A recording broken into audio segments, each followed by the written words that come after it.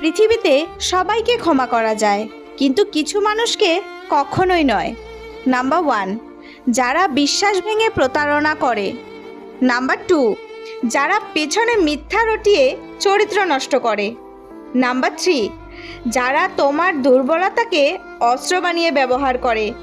Number 4, যারা তোমার কষ্ট দেখে আনন্দ পায়। নাম্বার 5, যারা সাহায্যের সময় ইচ্ছা করে মুখ ফিরিয়ে নেয়। নাম্বার 6, যারা নিজের স্বার্থের জন্য তোমাকে ব্যবহার করে। নাম্বার 7, যারা তোমার সাফল্যে হিংসা করে পা টেনে ধরে। নাম্বার 8, যারা তোমার আন্তরিকতাকে অমূল্য ভেবে ফেলে দেয়। মনে রাখবে, ক্ষমা মহৎ গুণ, কিন্তু যাদের চরিত্র বিষের মতো, তাদের থেকে দূরে থাকাই আসল বুদ্ধিমানের কাজ।